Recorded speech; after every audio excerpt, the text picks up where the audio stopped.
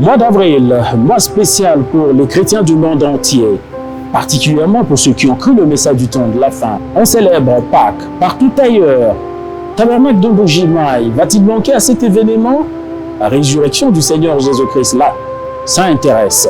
C'est pourquoi cet événement aura lieu ici pendant 4 journées d'affilée. C'est bien sûr dans ce grand temple que vous pouvez voir. Les fidèles seront là pour écouter la prédication de la parole des dieux.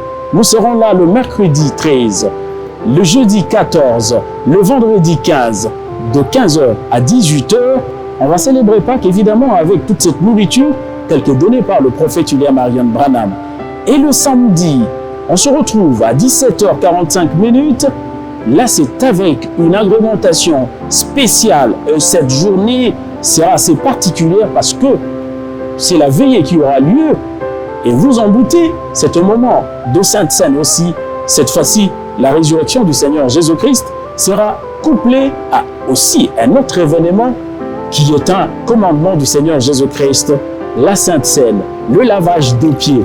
On le vivra ce jour-là. Tout ce programme a été bien peaufiné par le responsable de cette église, le révérend pasteur André Vibidila Mwanamanyang. Cette veillée va se terminer par le lever du soleil. Nous serons au dimanche matin.